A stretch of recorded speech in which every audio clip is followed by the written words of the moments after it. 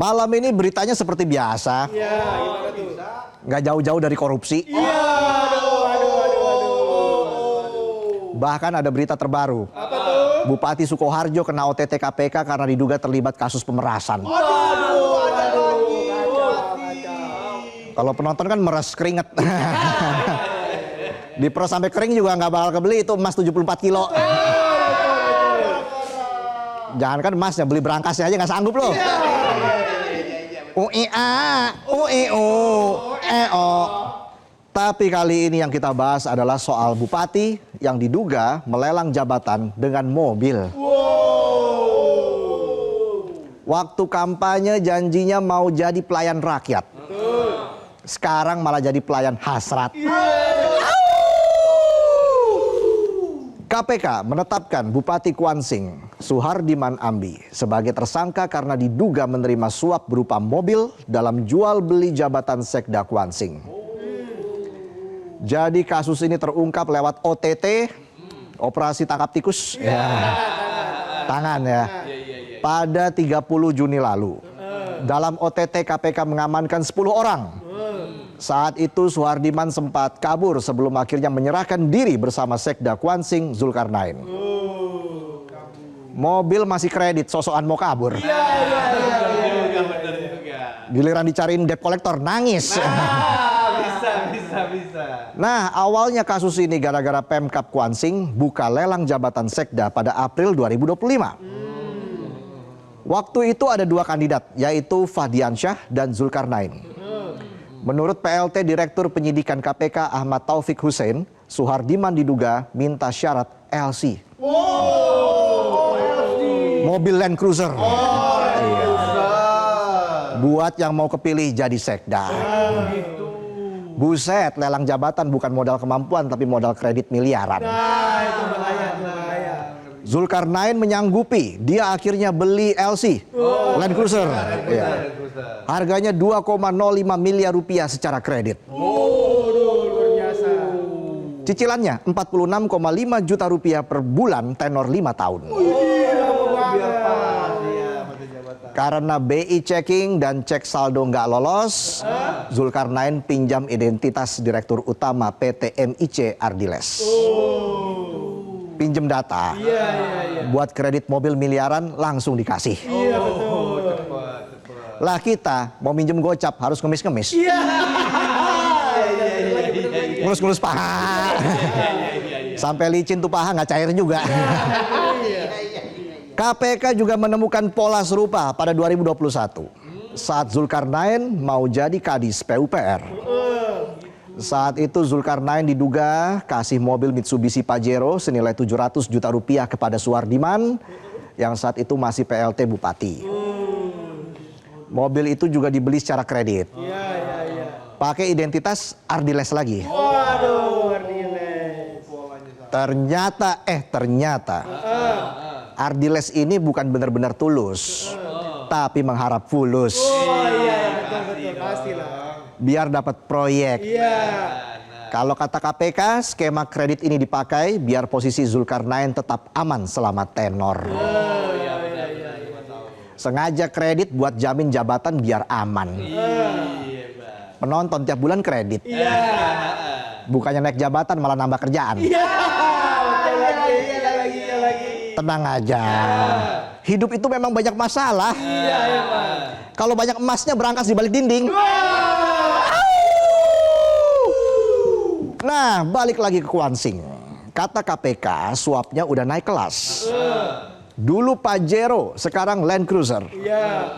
Kalau kata sales MLM mah, mau karir Anda melejit, setoran gak boleh pelit. Iya nggak?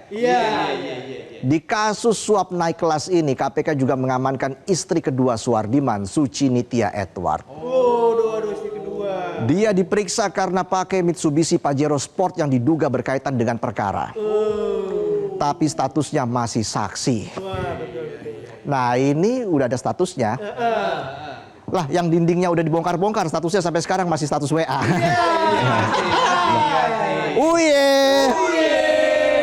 Lanjut lagi, pada 4 hingga 6 Juli KPK menggeledah sejumlah lokasi dan menyita barang bukti elektronik. Penyidik juga menemukan Land Cruiser yang disembunyikan di luar daerah dengan plat nomor sudah diganti. Waduh, bisa begitu. Mobil sama orang udah klop banget. Iya, betul. Mobilnya ganti plat nomor, orangnya ganti status. Tersangka koruptor.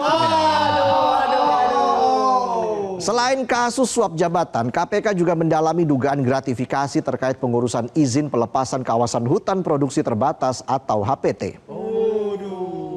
Uang diduga berasal dari pemotongan sisa hasil usaha petani di koperasi unit desa untuk biaya pengurusan izin. Penyidik masih menelusuri aliran dana dan proses rekomendasi izin. Raja tega nih orang. Bayangin, petani udah keringetan nanam padi, untungnya juga nggak seberapa, masih dipotong juga duitnya. Apa-apa dipotong. Jangan-jangan hukumannya dipotong juga nih. Terkait kasus ini, Jubir KPK Budi Prasetyo menyatakan penyidik membuka peluang memanggil Menteri Kehutanan Raja Juli Antoni. Nah, ini mulai seru. Tahu berpeluang dipanggil KPK, Raja Juli buru-buru bikin klarifikasi. Wah, ini dia nih. Dia mengaku Suhardiman pernah meninggalkan amplop saat audiensi di Kemenhub pada 2 Juni 2026. Waduh. Dia juga ngaku nggak tahu isinya. Dan memerintahkan ajudan buat balikin amplop pada 12 Juni 2026. Iya. Namanya juga ngaku-ngaku. Bisa aja bilang nggak tahu. Daripada nggak aman. Kayak kita. Lucu nggak lucu yang penting aman. Uye. Raja Juli juga bilang kalau belum pernah menerbitkan SK pelepasan kawasan hutan untuk Kuansing. Merespon cuap-cuapnya Raja Juli, KPK menilai pengakuan itu bisa jadi petunjuk penting pengembangan kasus. Nggak lama kemudian, Raja Juli melaporkan penolakan gratifikasi kepada KPK. Iya. Telat kali bos. Iya. Kenapa pas dapat amplop nggak langsung lapor? Kita mah positif thinking aja. Iya nggak? Mungkin udah mau lapor tapi belum. Belum tapi sudah. Sudah tapi belum. Tapi laporan tersebut masih diverifikasi KPK. Saat ini Suhardiman ditahan bersama Zulkarnain dan Ardiles. Yang unik, pas ketiganya digiring keluar dari gedung Merah Putih KPK, Suhardiman malah minta doa ke wartawan. Dia bilang, terima kasih ya. Mohon dukungannya. Doanya ya. Oke, ntar kita doain. Biar dihukum maksimal. For your information, FYI. Kasus ini jadi kali kedua berturut-turut Bupati Kuansing terjaring OTT KPK. Sebelumnya Andi Putra ditangkap pada 2021. Karena terlalu nyawit. Maksudnya kasus suap izin perkebunan kelapa sawit. Dan gara-gara Andi kena OTT, Suhardiman yang saat itu wakil bupati dilantik jadi PLT bupati. Bisa pas banget. Terus pas pilkada terpilih sebagai bupati periode 2025-2030. Ini warganya nggak kapok apa gimana ya? Ingat ya guys, milih pemimpin itu lihat rekam jejaknya, lihat kompetensinya. Jangan gampang dirayu pakai janji, pakai uang, apalagi pakai goyang.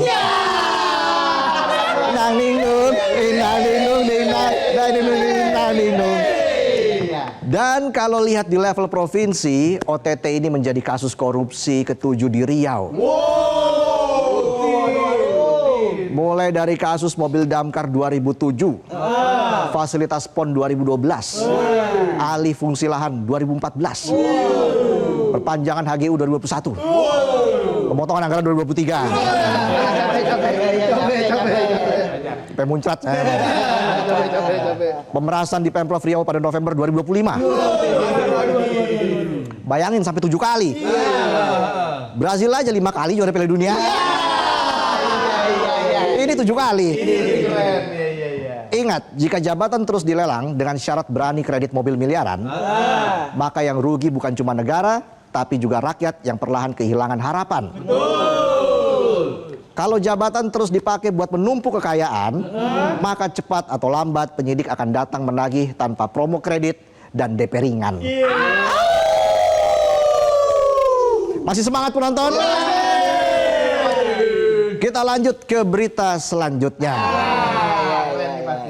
Dari kasus dugaan suap kita geser bahas soal harta karun Indonesia yang diam-diam mau diselundupin ke luar negeri. Harta karunnya bukan emas 74 kilo. Atau duit ratusan miliar yang disimpan di balik dinding. Tapi ini soal harta karun berupa mineral logam tanah jarang. Atau namanya rare earth. Yang hasil uji laboratoriumnya dimanipulasi supaya lolos ekspor ke luar negeri. Penonton pasti paham banget ini soal ekspor impor kan? Ekspor impor file di CapCut. Ngedit. Jadi dugaan manipulasi itu pertama kali dilaporkan oleh TNI AL yang mencegat kapal kontainer bermuatan mineral di Batam, Kepulauan Riau pada pertengahan Mei lalu. Dari laporan itu, Satgas Penertiban Kawasan Hutan atau Satgas PKH Kejagung langsung cek lapangan. Dan menyita 15 dari 25 kontainer yang terindikasi melanggar dokumen. Dan diduga menyelundupkan logam tanah jarang yang disamarkan dengan nama ilmenit yang diketahui milik PT PMM. Ternyata dari 15 kontainer itu berisi sekitar 390 ton tanah dari tambang yang isinya bukan hanya ilmenit, tapi juga ada kandungan logam tanah jarang yang dilarang untuk diekspor. Kenapa logam tanah jarang dilarang buat diekspor? Karena memang jarang. Kalau namanya tanah sering, mungkin boleh diekspor. Asal jangan keseringan. Nanti jadi tanah jarang lagi. Gitu aja terus sampai kelar nih acara. Sekarang kita serius. Jadi alasannya kenapa tanah jarang nggak boleh diekspor? Pertama, karena jarang. Balik lagi ya. Kedua, dengerin dulu. LTJ bisa jadi komoditas kalau sudah diolah. Cara ngolahnya gampang. Mau tahu cara ngolahnya? Selamat pagi, apa kabar Kolonel? Terakhir ketemu masih mayor. 2 hari yang lalu. Kapan-kapan kita atur jadwal ya. Mau main perang sarung. Yang penting jangan sampai perang bintang. Alasan yang ketiga, LTJ ini bahan baku masa depan. Bisa buat baterai mobil listrik, HP, laptop, sampai alat militer. Kalau semuanya diekspor mentah, industri kita sendiri bisa jadi malah nggak kebagian. Kan nggak lucu. Kita yang punya tapi kita juga yang nggak dapat bagian. Walaupun udah sering ya. Batu bara aja bocor mulu tuh. Oke, kita balik lagi. Saat ini Kejagung belum konvers juga ya. Oh beda ya, beda. Oke. Kejagung dalam kasus ini sudah menetapkan 3 tersangka. Mereka adalah Iwan Setiawan selaku perwakilan PT PMM, Junanto Kurniawan selaku kepala KPP Bea Cukai Pangkal Pinang, dan Gian Prabu Harto selaku kepala unit pelayanan Sukovindo cabang Pangkal Pinang. Kejagung bilang ketiga orang itu punya peran penting. Iwan tugasnya meminta pihak Sukovindo untuk memanipulasi hasil uji laboratorium. Gian yang merekayasa sampel, Junanto tugasnya tutup mata, terima duit, lolosin ekspor. Enak tuh, enak. Tapi semua tuduhan itu dibantah PT PMM. Kuasa hukumnya bilang itu fitnah. Mereka klaim sudah pegang surat izin dari Sukovindo dan Bea Cukai buat ekspor. Gimana nggak pegang izin? Orang udah kong kali kong. Ya kan tiga-tiganya tersangka. Barengan lagi. Solid bejatnya. Pada akhirnya kasus ini jadi contoh untuk yang ke-1000 kali kali ya. Udah banyak banget contohnya. Kalau orang yang paling berbahaya adalah orang yang punya kuasa tapi nggak punya etika. Dan kalau terus begini, ya begini aja terus. Alamnya kering, rakyatnya pusing, koruptornya healing. Jelajahi cara baru mendapatkan informasi. Download Metro TV Extend sekarang.